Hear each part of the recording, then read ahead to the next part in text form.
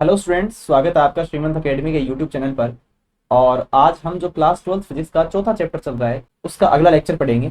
इसमें हम क्या देखेंगे कि जो चुंबकीय जो बल होता है, मैग्नेटिक फोर्स होता है, चुंबकीय बल आघूर्ण किस प्रकार से लगता है और चुंबकीय द्विध्रुव का मतलब क्या होता है ये पढ़ते हैं। इसके लिए मैं सबसे पहले आपको बता देता हूँ कि जब जो करंट बनते हैं, मतलब मूविंग चार्ज होते हैं, चार्ज जब मूव करते हैं तो अपने आसपास क्या बनाते हैं, मैग्नेटिक फील्ड बनाते हैं। ये हमने पहले भी पढ़ा है। अब मान लो अगर दो स्ट्रेट वायर्स हों, इनके अंदर करंट फ्लो हो रहा, इनसे क्या बनेगा, एक दूसरे का मैग्नेटिक फील्ड बनेगा। जब ये मैग्नेटिक फील्ड बनेगा तो दूसरे के ऊपर क्या लगाएंगे, फोर्स लगाएंगे। मतलब ऐसे मान लो पहले वायर में जब करंट फ्लो होगा तो एक मैग्नेटिक फील्ड बनेगा, तो दूसरे के अंदर जो मूविंग चार्जेस हैं उन पर क्या लगाएगा, फोर्स लगाएगा। मतलब सेकंड वायर पर भी फोर्स लगेगा। फोर्स लगने के कारण या तो एक दूसरे की ओर अट्रैक्ट होंगे या एक दूसरे से रिपेल होंगे। तो क्या होगा, अट्रैक्शन फोर्स कितना लगेगा, रिपल्सन फोर्स कितना लगेगा, क्या उसकी वैल्यू होगी, वो हम फाइंड करेंगे।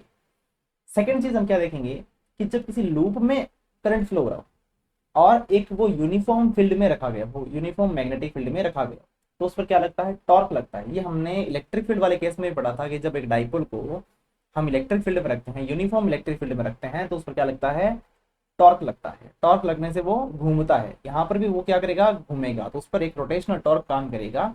और इसी को हम क्या बोलते हैं, मैग्नेटिक डाइपोल बोलते हैं। ठीक है, तो सबसे पहले हम पढ़ते हैं स्ट्रेट वायर्स में जब करंट फ्लो होता है तो कितना फोर्स लगता है वो देखेंगे। Magnetic interactions between parallel conductors, मतलब ये जो दो वायर आपको दिख रहे हैं इनके बीच में कितना फोर्स लगेगा उसको हमें फाइंड करना है। जब इसमें करंट कितना फ्लो हो रहा हो, पहले में मान लो I1 है, दूसरे में I2। ये एग्जाम की दृष्टि से भी आपके लिए काफी इंपॉर्टेंट टॉपिक है। ठीक है, इसके लिए सबसे पहले हम ये मानेंगे कि दो वायर हैं आपके पास, वायर 1 और वायर 2, इनको नाम दे दिया हमने। इनकी जो लेंथ है वो कैपिटल L मान ली एक बार के लिए। ठीक है, और इनके बीच की जो डिस्टेंस है वो कितनी है, स्मॉल d है। अब एक बार के लिए मानो कि जैसे करंट इसमें दोनों में सेम डायरेक्शन में फ्लो हो रहा। अब इस डायरेक्शन में जब करंट फ्लो होगा तो हमें ये पता होना चाहिए कि हम इसके आसपास का मैग्नेटिक फील्ड कैसे निकाल सकते हैं। हम क्या करेंगे, बायो सावर्ट का नियम लगाएंगे। उसने क्या कहा था कि अंगूठे को आप क्या करोगे, करंट की डायरेक्शन में करोगे, अंगुलियां किसको बताएंगी, मैग्नेटिक फील्ड की डायरेक्शन को बताएंगी। तो अगर आप वायर I1 को पकड़ोगे तो I1 को पकड़ने से जो मैग्नेटिक फील्ड बनेगा आई, जहां पर I2 जो करंट फ्लो हो रहा हो वहां पर कैसे बनेगा, अंदर की ओर बनेगा। इससे क्या होता है, अंदर की ओर, इधर से किधर आएगा, बाहर की ओर। इसी प्रकार से जब I2 के कारण जो मैग्नेटिक फील्ड बनेगा वो किधर बनेगा, इस I1 पर ऊपर की ओर बनेगा। मतलब आप क्या करोगे, इसको अंगूठे को ऐसे रखोगे और बाहर की ओर उंगलियों को घुमाओगे, तो I2 की साइड में जो आएगा तब तो क्रॉस मतलब अंदर की ओर, और इधर क्या आएगा, डॉट मतलब बाहर की। ठीक है, अब क्या होगा, ये जो क्रॉस है वो किसके कारण है, I1 के कारण है, इसलिए हम इसको नाम क्या देंगे, B1। B1 मतलब वो मैग्नेटिक फील्ड जो I1 करंट के कारण है, और I2 के कारण जो मैग्नेटिक फील्ड है वो कितना है, B2। ये मान लिया। अब हमें पता है किसी भी वायर पर जो फोर्स लगता है वो कैसे लगता है, F vector is equal to I L cross B. ठीक है, मतलब फोर्स की डायरेक्शन वो होगी जो एल क्रॉस बी की डायरेक्शन, और एल की डायरेक्शन वो होती है जो करंट की डायरेक्शन होती है। तो हम क्या करेंगे, करंट के डायरेक्शन में पहली अंगुली करेंगे, मैग्नेटिक फील्ड जो है उस पर दूसरी अंगुली करेंगे, तो हमें इन फोर्सेस की डायरेक्शन मिल जाएगी, जो कि डायरेक्शन आपके पास F1 और F2 है। F12 का मतलब ये हो जाएगा पहले वायर पर दूसरे वायर के कारण फोर्स, और F21 का मतलब हो जाएगा दूसरे वायर पर पहले वायर के कारण फोर्स कितना लगेगा, उसकी वैल्यू हमें फाइंड करनी है। ठीक है, सेम डायरेक्शन में अगर करंट फ्लो होते हैं, मतलब पैरेलल करंट फ्लो होते हैं, वो आपस में क्या करते हैं, अट्रैक्ट करते हैं। आप देख भी सकते हो ये इसकी ओर जा रहा है, ये इसकी ओर जा रहा है। और अपोजिट डायरेक्शन में अगर होंगे तो वो एंटी पैरेलल जो करंट्स होते हैं वो एक दूसरे क्या करते हैं, रिपेल करते हैं। ये सीधा भी याद रखना है, आपको पूछ सकते हैं। ठीक है, अब वैल्यू फाइंड करते हैं। सबसे पहले हमें देखेंगे कि जो बी होता है, मैग्नेटिक फील्ड होता है, वो कितना होगा, इस I1 के कारण इस B1 की जो वैल्यू है I2 वाले पोजीशन पर या वायर 2 वाले पोजीशन पर, वो कितना होता है, एम्पियर के नियम से हम निकाल सकते हैं। एम्पियर का नियम क्या कहता है कि किसी भी स्ट्रेट वायर के कारण r डिस्टेंस पर जो मैग्नेटिक फील्ड होता है वो कितना होता है, mu not I by 2 pi R. मतलब वायर 1 से वायर 2 की जो डिस्टेंस है वो कितनी है, स्मॉल d है, तो r की जगह क्या लिख देंगे हम, d लिख देंगे। पर मान लो अगर हमें B1 निकालना है जो कि I1 करंट के कारण है, तो हम यहाँ क्या लिखेंगे, mu naught I1 upon 2 pi D. ठीक है, तो हमने क्या लिखा, mu naught I1 upon 2 pi D. ये इक्वेशन नंबर फर्स्ट हो गई। अब हमें तो क्या निकालना है, इस सेकंड वायर पर फोर्स निकालना है। गिवन जो बना है मैग्नेटिक फील्ड वो वायर 2 के ऊपर, तो वायर 2 पर जो फोर्स लगेगा वो हम इससे निकाल लेंगे। यहाँ पर आई क्या होती है, आई वो होती है जो इस वायर में बह रही है, एल इसकी लेंथ हो जाएगी, बी क्या हो जाएगी, बी यहाँ पर जो मैग्नेटिक फील्ड, ना कि इस आई टू के कारण मैग्नेटिक फील्ड, वायर टू जहां पर रखा गया है वहां पर मैग्नेटिक फील्ड पहले से कितना प्रेजेंट है, वो बी वन है। ठीक है, तो हमने क्या लिखा, I L B sine theta. ठीक है, सेकेंड वायर में करंट कितना, आई टू, लेंथ कितनी उसकी, कैपिटल एल, बी कितना है उसमें, बी वन, और साइन थीटा जो एल और बी के बीच में। अब आप देखो वायर तो इधर है और मैग्नेटिक फील्ड अंदर की ओर है, बीच में एंगल कितना हो गया 90 का, तो हम क्या लिखेंगे, साइन 90 लिखेंगे। साइन 90 कितना होता है 1, तो क्या बना आई टू एल बी वन, और बी वन की वैल्यू हमारे पास इक्वेशन नंबर फर्स्ट में है, तो हम लिख दी mu not I one upon 2 pi D. इसको जब मल्टीप्लाई करोगे तो आप क्या लिख सकते हो, ये लिख सकते हो आप mu not I one I two L by 2 pi D. ठीक है, ये आ गई हमारे पास फोर्स की वैल्यू, कौन से फोर्स की, जो सेकंड वायर पर फर्स्ट के कारण लग रहा है। इसी प्रकार से आप फर्स्ट वाले वायर पर भी सेकंड वाले के कारण फोर्स निकाल सकते हो, और वो कैसे निकालोगे, वहां पर मैग्नेटिक फील्ड कितना है, वो बी टू है, वो कितना होगा, mu naught I two upon 2 pi D.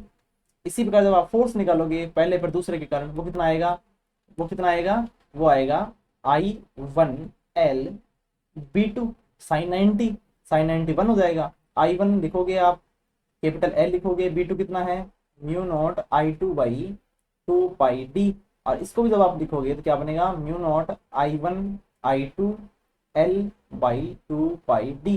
तो अब आप देख सकते हो एफ वन टू की वैल्यू और एफ टू वन की वैल्यू दोनों क्या है, आपस में बराबर है, मतलब एक दूसरे पर जो फोर्स के मैग्नीट्यूड होंगी वो क्या होंगे, बराबर होंगे, पर डायरेक्शन किधर होगी, एक दूसरे के अपोजिट डायरेक्शन में होगी। दिख रहा है आपको डायग्राम है ना, तो हम क्या लिख सकते हैं, F one two vector is equal to minus of F two one vector, मतलब वायर पहले पर जो फोर्स एक्सर्ट कर रहा है कौन है, सेकंड वाला, और जो सेकंड पर क्रिएट कौन कर रहा है, फर्स्ट वाला, दोनों आपस में क्या होंगे, बराबर होंगे। तो न्यूटन के थर्ड लॉ ऑफ मोशन जो है उसको फॉलो करते हैं। थर्ड लॉ कौन सा है, एक्शन रिएक्शन लॉ है, मतलब मैग्नीट्यूड इक्वल होने चाहिए, डायरेक्शन क्या होनी चाहिए, अपोजिट होनी चाहिए। पर हमें परीक्षा में जो प्रश्न आता है वो ये आता है कि इस वायर के पर यूनिट लेंथ पर फोर्स की वैल्यू फाइंड कीजिए, मतलब क्या है, एकांक लंबाई में कितना बल लग रहा है उसका मान हमें पूछता है। तो वो कैसे निकालते हैं, एकांक लंबाई में बल का मतलब हो गया कि फोर्स पर यूनिट लेंथ, और फोर्स की वैल्यू कितनी थी, फोर्स की वैल्यू थी mu not I one I two L by 2 pi D, और इसमें एल से डिवाइड कर देंगे हम, तो एल से एल कट जाएगा, बचेगा क्या, बचेगा ये mu naught I one I two by 2 pi D. ठीक है, इसको हमें याद रखना है कि वायर के जब भी दो इनफाइनाइट वायर होते हैं उनके पर यूनिट लेंथ में जो फोर्स लगता है वो हमेशा क्या होता है, बराबर होता है, जिसकी वैल्यू किसके बराबर होती है, mu not I one I two by 2 pi D. D क्या है यहाँ पर, उन दोनों वायर्स के बीच के distance, I one I two क्या है, दोनों के अंदर बहने वाले करंट की वैल्यू। अब आप देख सकते हो जो बहुत ज्यादा हाई टेंशन वाले वायर होते हैं जो 11,000 वोल्ट या 33,000 वोल्ट के होते हैं, जितना ज्यादा उनमें करंट फ्लो होता है उनकी डिस्टेंस आपस में एक दूसरे से बहुत ज्यादा दूर रखी जाती है। कारण क्या है कि डिस्टेंस जितने ज्यादा हम बढ़ाएंगे उतने ही पर यूनिट लेंथ वाले फोर्स की वैल्यू क्या हो जाएगी, कम हो जाएगी। फोर्स कम लगेगा, वो आपस में एक दूसरे पर कम फोर्स लगा पाएंगे और आपस में चिपकेंगे नहीं, वरना क्या हो जाएगा, शॉर्ट सर्किट हो जाएगा और जो है उनमें से इलेक्ट्रॉन का डिस्चार्ज स्टार्ट हो जाएगा। ठीक है, अब हम पढ़ते हैं 1 एम्पियर की जो अंतरराष्ट्रीय परिभाषा होती है उसको हम पढ़ते हैं। 1 ampere is that constant current, सबसे पहली बात तो क्या है, इस पर ध्यान, कौन सा करंट है ये, constant current, which if maintained in two straight parallel conductors of infinite length of negligible circular cross sections and placed 1 metre away, कितनी दूरी पर, उनको 1 मीटर की दूरी पर रखा गया है, कहां पर, वैक्यूम में रखा गया है, would produce between these conductors a force equal to 2 into 10 to the power minus 7 Newton पर मीटर ऑफ लेंथ। मतलब क्या है, अगर दो हमारे पास ऐसे वायर हो जिनमें करंट जो हो दोनों में समान फ्लो हो रहा हो, इनके बीच की जो डिस्टेंस हो वो कितनी हो, 1 मीटर हो, और इनके बीच में पर यूनिट लेंथ में जो फोर्स लग रहा हो वो कितना हो, 2 गुना 10 की पावर माइनस 7 न्यूटन का हो पर यूनिट लेंथ में। ठीक है, तो हम क्या कह सकते हैं कि इन दोनों के अंदर जो करंट फ्लो हो रहा हो कितना होगा, 1 एम्पियर का होगा। इसी फॉर्मूले से हम निकाल भी सकते हैं, जब ये वैल्यू निकालेंगे ना, एफ की वैल्यू क्या होती है, mu not I one I two by 2 pi D, तो डी की वैल्यू कितनी हो जाए, 1 मीटर हो जाए, आई वन आई टू बराबर हो जाए, म्यू नॉट कितना होता है, 4 पाई गुना 10 की पावर माइनस 7, और एफ अगर 2 गुना 10 की पावर माइनस 7 हो जाए तो ये देखो 2 पाई से ये कट जाएगा, कितना आएगा 2, तो 2 गुना 10 की पावर -7 से 2 गुना 10 की पावर -7 कट जाएंगे। आई की स्क्वायर की वैल्यू कितनी आएगी, 1 आएगी, तो आई की वैल्यू कितनी हो जाएगी 1 एम्पियर हो जाएगी। ठीक है, अब हम क्या करेंगे, एक करंट लूप लेंगे जिसको हमने मैग्नेटिक फील्ड में रख दिया। शेप जो है वो इसकी रेक्टेंगुलर है, मतलब आयताकार है। इसको आपने देख रहे हो, ये नॉर्थ और साउथ पोल जो है मैग्नेटिक पोल हैं, इनके बीच में इसको रख रखा है। जो मैग्नेटिक फील्ड होता है उसकी डायरेक्शन हमें पता है कि नॉर्थ से साउथ की ओर होती है, तो ये डायरेक्शन इसकी बन जाएगी। ठीक है, हमने क्या किया, इसको लूप को यहाँ पर रख दिया। लूप में जो डायरेक्शन है करंट की वो आपको दिख रही है यहाँ पर, इस प्रकार से क्लॉकवाइज करंट फ्लो हो रहा है। ठीक है, क्लॉकवाइज करंट फ्लो होता है, तो एक याद रखना आप, मैग्नेटिक मोमेंट हम पढ़ेंगे उसमें उसकी वैल्यू जो होती है वो एम वेक्टर से लिखते हैं, और वो होती है आई इंटू ए। कुछ उसी प्रकार से है जिसे हम इलेक्ट्रिक डाइपोल मोमेंट पढ़ते हैं, वो होता है P vector is equal to Q into 2l, या लेंथ होती है। क्यू की जगह क्या हो जाता है मैग्नेटिक फील्ड में, करंट हो जाता है। वहां पर चार्ज होता है, यहाँ पर मूविंग चार्ज होते हैं, मतलब करंट बनाते हैं। वहां पर लेंथ होती है, यहाँ पर क्या होते हैं एरिया होता है। जैसे जो भी हम चार्ज मूव करेगा ऐसे, तो एक एरिया ट्रेस करेगा, उस एरिया की वैल्यू हमें यहाँ पर रखनी होती है। तो इसी प्रकार से यहाँ पर समझो, जो ये चार्ज फ्लो हो रहा है ये एक एरिया कवर कर रहा है, और वो कौन सा एरिया है, इस रेक्टेंगुलर लूप का एरिया है। इस एरिया की डायरेक्शन हमेशा किधर होती है, हमको करंट की डायरेक्शन में अंगुलियों को घुमाना है। अंगूठा अपने आप किसको बता देगा, मैग्नेटिक मोमेंट की डायरेक्शन को बता देगा, और जो कि एरिया वेक्टर की डायरेक्शन हमें लेनी है। तो आप इसमें देख सकते हो, ये जो है इसमें मैग्नेटिक मोमेंट की डायरेक्शन आपको यहाँ पर दिखाई दे रही होगी इस जगह पर। ठीक है, मैग्नेटिक मोमेंट किधर है, अंदर की ओर है। और आप इसको कंफ्यूज ऐसे मत होना, ये जो ए बी साइड है और सी डी साइड है, इसमें सी डी वाली थोड़ी सी ऊपर है, मतलब अगर आप इसको ऐसे सामने से देखोगे तो कुछ इस प्रकार से दिखाई देगी।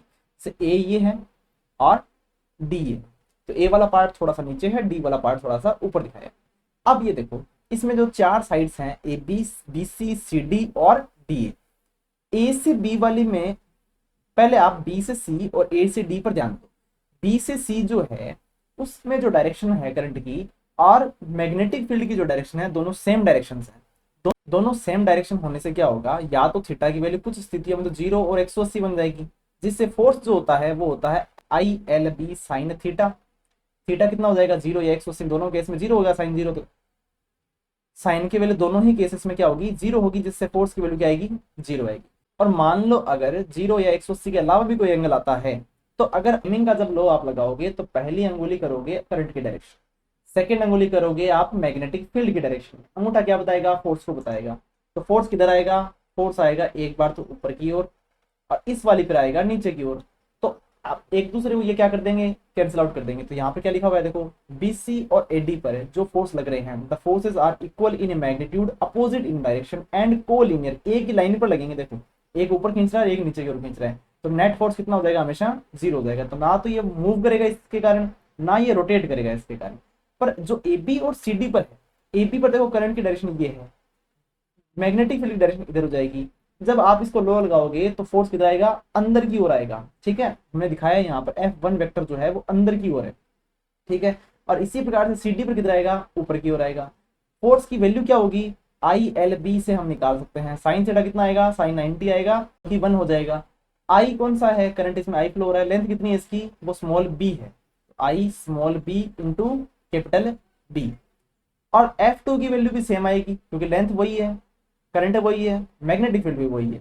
तो हम कह सकते हैं दोनों फोर्स आपस में क्या होंगे, F1 और F2 बराबर होंगे। पर ये एक दूसरे को क्या कर देंगे, कैंसिल आउट कर देंगे। पर ये कोलिनियर फोर्सेस नहीं है, एक ही बिंदु पर नहीं लग रहे हैं, एक ही रेखा में नहीं लग रहे हैं, इसलिए क्या करेंगे, इसको टॉर्क लगाएंगे, और टॉर्क लगाने से क्या होगा, ये घूमेगा।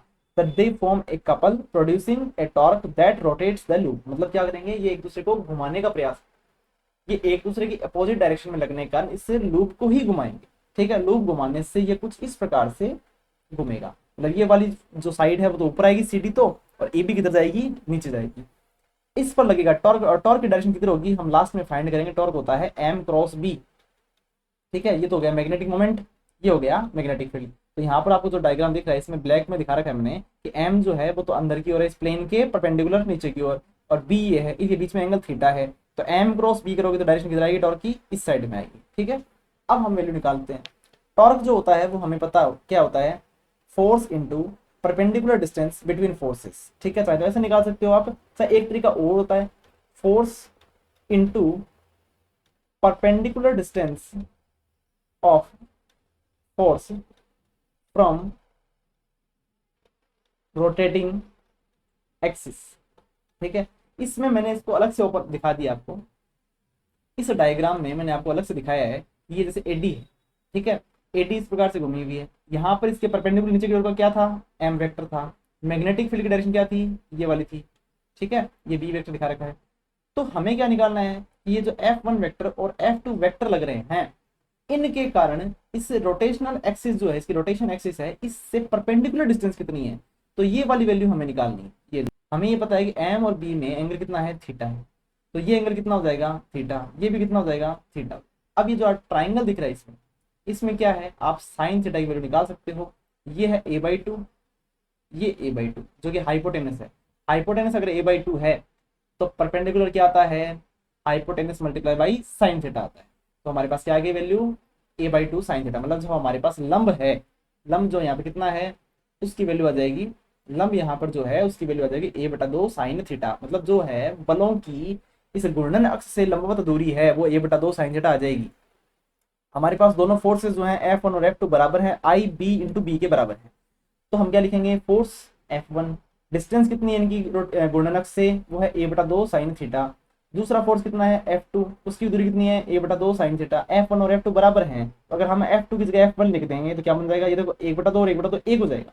तो हमने लिख दिया कि F1 multiply by a sign theta, और F1 की वैल्यू कितनी है, वो है आई बी इंटू बी, हमने आई बी बी लिख दिया, इंटू ए साइन थीटा लिख दिया। अब ये जो ए क्रॉस बी दिख रहा है आपको, ए और बी, ये क्या है, ये आप देखो इसमें, ये है इस रेक्टेंगुलर लूप की साइड्स हैं दोनों, ए और बी, ये इनका जो ए इंटू बी होता है वो क्या हो जाएगा, एरिया हो जाएगा। तो हमने क्या लिख दिया, capital A is equal to A into B, तो हमने क्या, तो हमारे पास क्या बन गया, torque is equal to I A B sine theta, और आई इंटू ए जो होता है इसी को हम लिखते हैं एम, मैग्नेटिक मोमेंट, आई इंटू ए।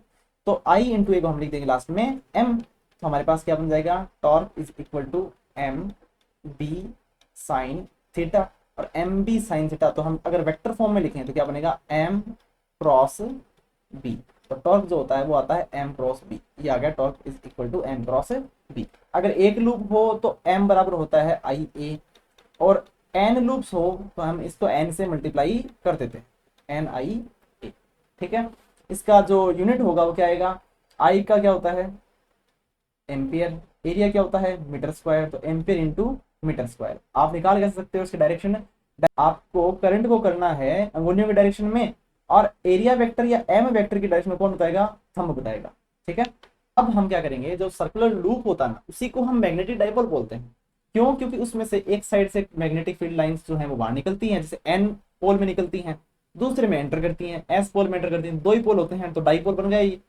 और ऐसा देखो एक लूप है हमारे पास, उसमें करंट आई फ्लो हो रहा है, एक्स डिस्टेंस पर एक पॉइंट है पी, इसकी रेडियस जो है वो आर है।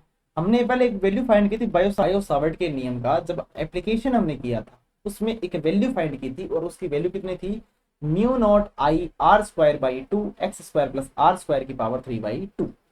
अब हम अगर ऐसे माने अप्रोक्सीमेशन का यूज करें, अप्रोक्सीमेशन का मतलब क्या हुआ कि ये जो एक्स डिस्टेंस है बहुत ज्यादा दूर हो, किससे दूर हो, रेडियस से बहुत ज्यादा दूर हो, मतलब रेडियस के कंपेरिजन में इसकी वैल्यू काफी ज्यादा हो, तो हम आर को क्या कर सकते हैं, इसकी जगह आर को हम लगभग 0 मान सकते हैं। तो क्या बचा, एक्स स्क्वायर बचा की पावर 3/2, तो स्क्वायर से 2 कट जाएगा ये, तो पावर कितनी आएगी, क्यूब आएगी। तो हमने क्या लिखा, mu naught I R square by 2 x cube. अब हमें पता है कि इसका एरिया जो होता है वो पाई आर स्क्वायर होता है, तो आर स्क्वायर की वैल्यू क्या आएगी, इससे ए अपॉन पाई, तो हम आर स्क्वायर की जगह क्या लिख देंगे, ए अपॉन पाई।